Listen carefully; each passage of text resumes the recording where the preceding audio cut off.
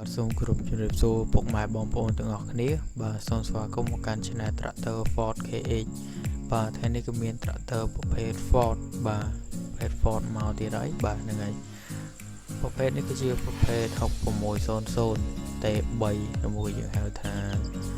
6006 T3 សំណុំបាទ Tractor សំណុំស្អាតមែនទែនបងប្អូនបាទគឺស្អាតមែនទែន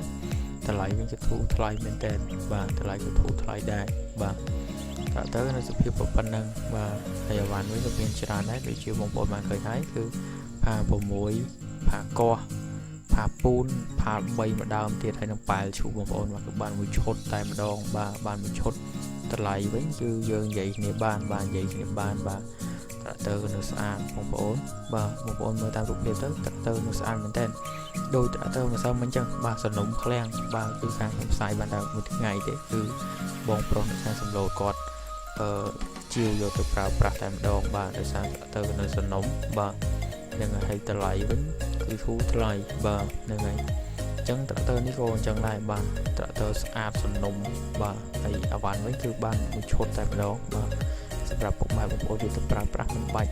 ស្វែងរកទិញយកទៅខ្វះមុខខ្វះក្រោយទេបាទទិញយកទៅគឺប្រើតែម្ដងបាទបានមួយឈុតបាទ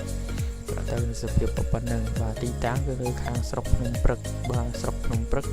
ខេត្តបាត់ដំបងបើសិនជាបងប្អូនចាប់អារម្មណ៍អាចតាក់ទងបានបាទហ្នឹងហើយតាមលេខទូរស័ព្ទនៅខាងក្រោមបងប្អូនបាទហ្នឹងហើយអូខេវីដេអូនេះគ្មានតែប៉ុណ្្នឹងឯងបើសិនជាពុកម៉ែបងប្អូនពេញចិត្តមានចំណាប់អារម្មណ៍